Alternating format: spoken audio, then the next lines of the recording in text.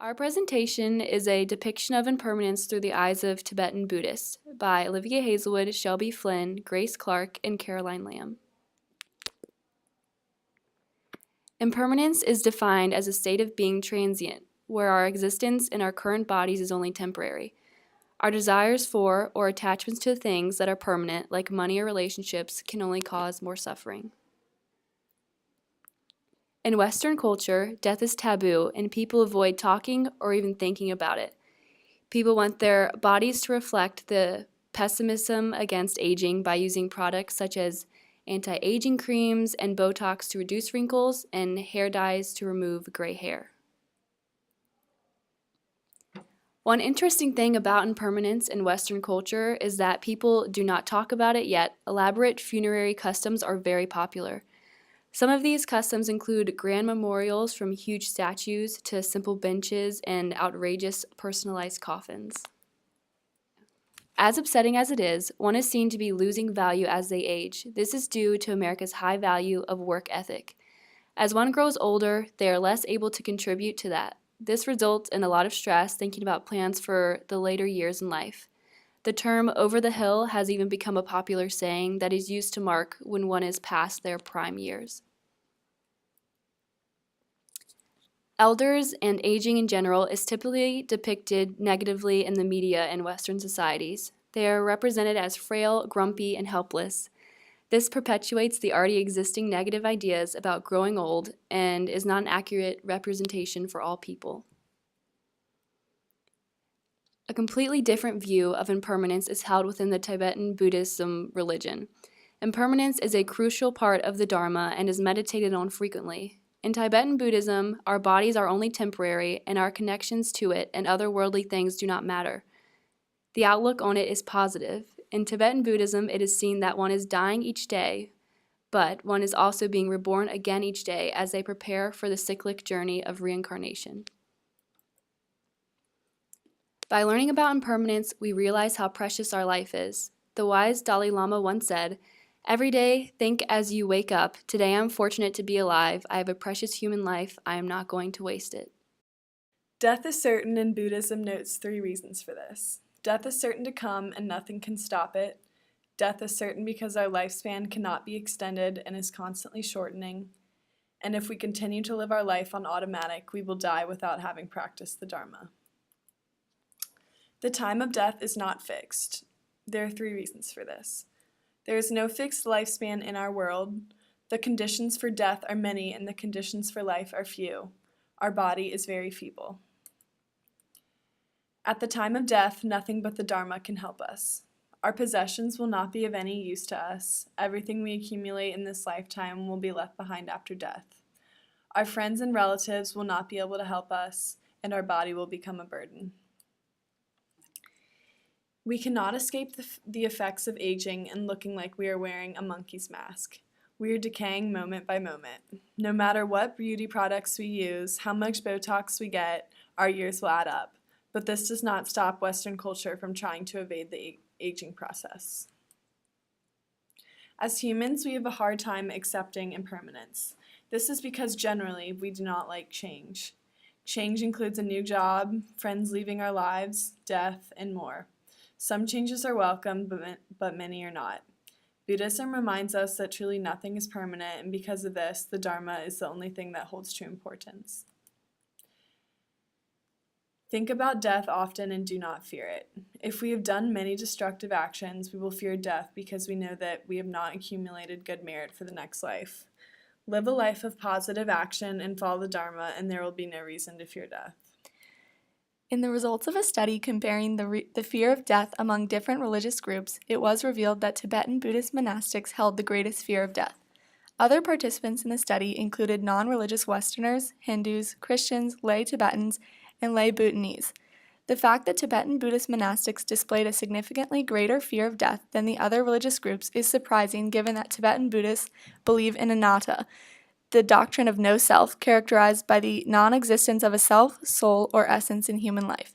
If Tibetan Buddhists do not believe that they exist, then why would they, of all the groups studied, show the most significant fear of death? It could even be their belief of no self, which results in a greater fear of death for Tibetan Buddhist monastics, because they do not believe that the self continues in another life, and thus they may fear the complete loss of their sense of self between levels of samsara. Christians believe that through acts of good faith and practice, followers will be transported to heaven where they can rejoice in the presence of their lost loved ones. Buddhists, on the other hand, believe that there is no self, and therefore there is no preservation of self in the afterlife. They also believe that all relationships formed while on earth are abandoned at the time of death. Thus, they must face the next level of the cycle without a sense of self and without the comfort of others. This is a scary view. We believe that the enhanced fear could also be attributed to the emphasis that Tibetan Buddhism places on the significance of death.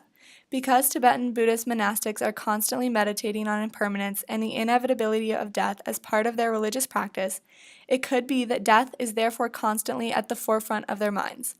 This would make sense in comparison to other religions such as Christianity, which stress the importance of building strong relationships with one's neighbor and one's family, because in the Tibetan Buddhist tradition, they understand that these things do not travel with them after death. Thus, other religions focus more on life than on death than does Tibetan Buddhism, which could account for the greater sense of fear.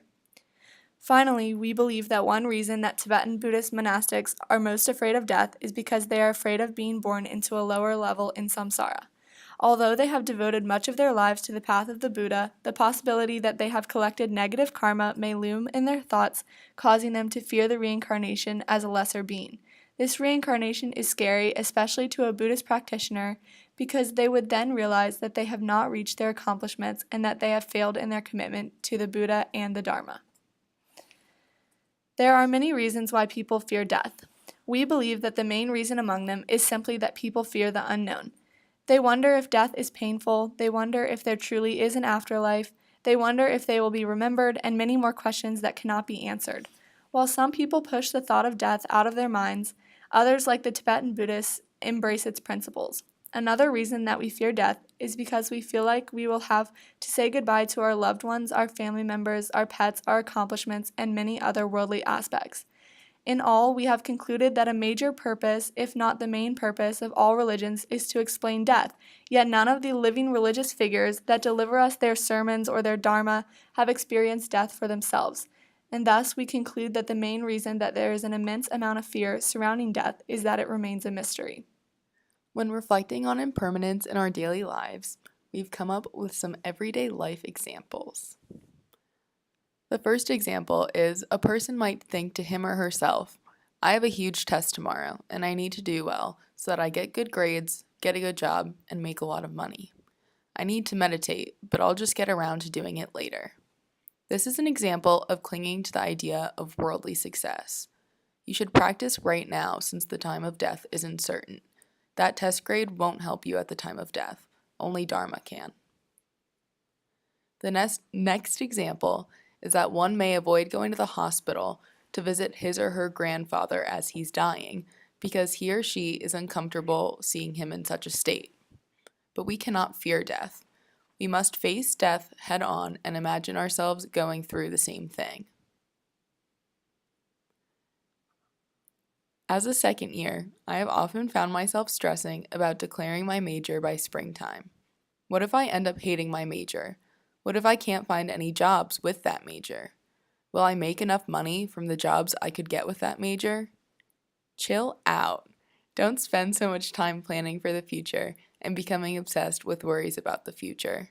We need to focus on what is certain, which is death. Dharma is the only thing that can help us in death, so we need to focus on that. It's dumb for us to create hardships for ourselves by thinking we'll live long when that's not certain. If someone is running late for work and remembers that he or she forgot to turn the sink off all the way, he or she may prioritize getting to work and decide to turn the sink off when he or she gets home. We don't need to worry about the future of ourselves, since it's not guaranteed, but we need to think about the future of our planet. Once we have died, someone else will come along, so we have to plan good conditions for them. We shouldn't abuse our resources that others will need in the future.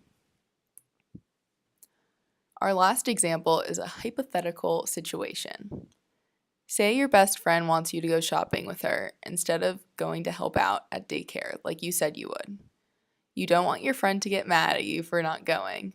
You want new clothes, and you don't want to miss out on a social event, so you'll choose to go shopping. When we don't remember death, we allow ourselves to get distracted by food, clothing, reputation, relationships, and other things of this life. Remembering death helps us clarify our priorities in life. Dharma frees us from attachment to earthly things and encourages us to act kindly and selflessly. Only Dharma will be with us in death, not our best friend or our new clothes. So that's what we need to prioritize.